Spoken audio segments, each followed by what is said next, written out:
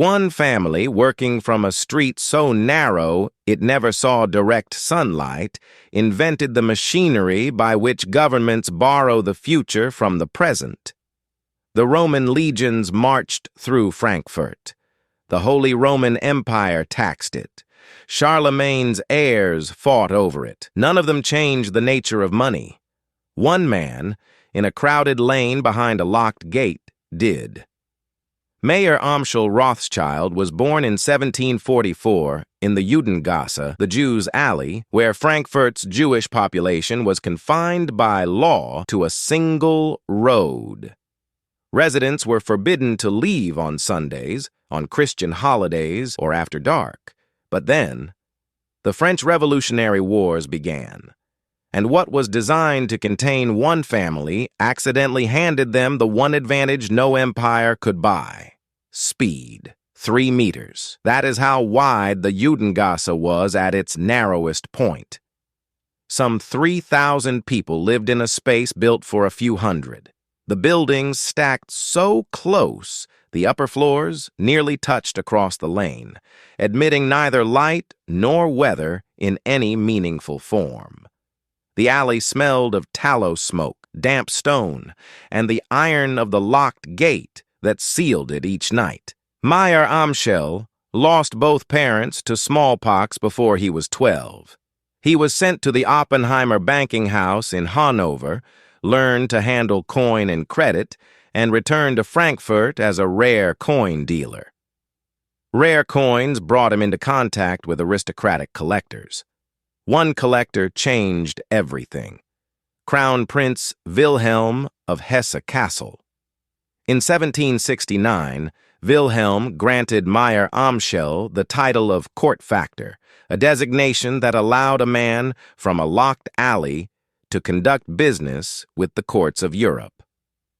What makes this remarkable is not the title. It's what Mayer Amschel noticed inside the Judengasse itself: that information about prices, about which ruler needed cash, and which had surplus, was more durable than coin, lighter to carry, impossible to seize at the gate.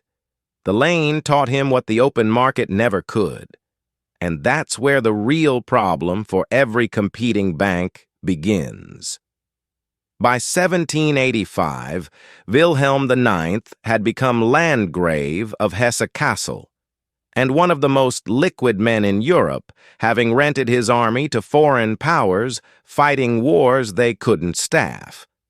Britain hired Hessian troops for the American Revolutionary War. The fees accumulated into a private war chest of extraordinary scale. Mayer Amschel became Wilhelm's banker. Then Napoleon arrived. In 1806, French forces occupied Hesse-Kassel. Wilhelm fled into exile. His assets were at legal risk of seizure. By historical accounts documented in the Rothschild archive, Mayer Amschel's house continued managing portions of Wilhelm's wealth through the occupation, shielding capital that should have been lost, generating commissions that compounded into the foundation of the dynasty. The French Revolutionary and Napoleonic Wars ran from 1792 to 1815. 23 years of almost continuous conflict across a continent. What makes this worse? Every government involved needed cash faster than it could collect taxes. They needed someone who could move money across enemy lines, through occupied cities, faster than armies moved.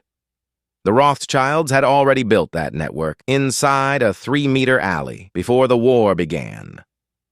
In 1798, Mayer Amschel sent his third son, Nathan, to England with £20,000, equivalent to roughly £2.2 million today.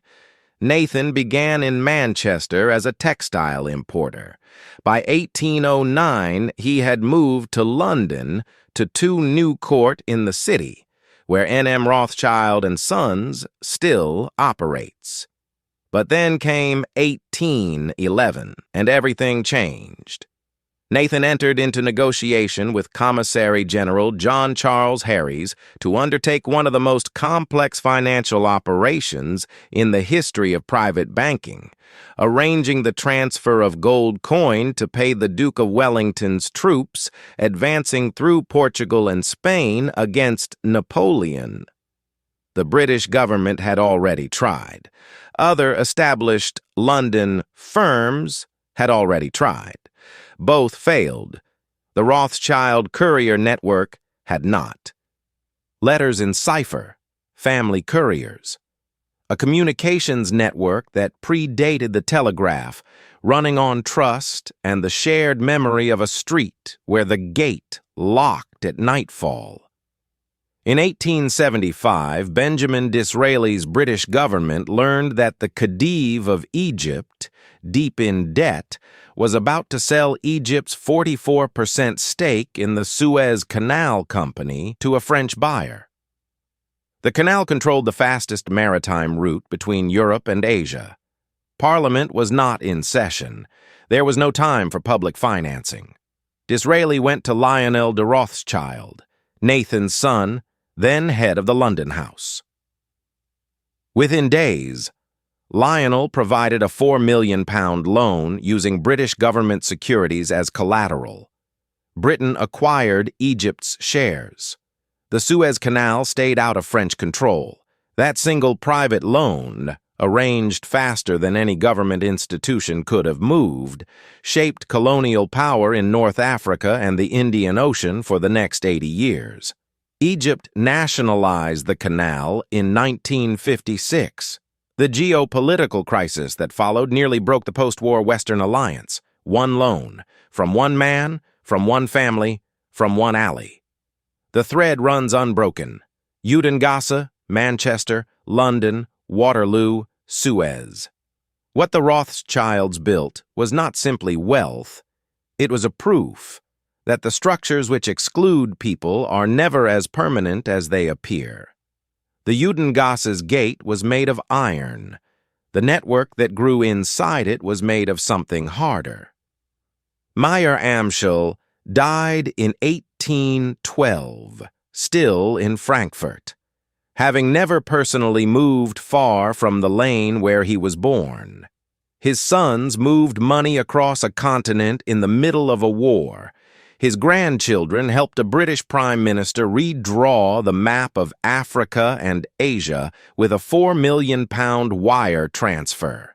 Every government that sells a sovereign bond today is using a machine assembled in its essential form in a locked lane in an 18th century German city by a man who learned the value of trust from a prince who collected coins. The alley is gone. The machine is not.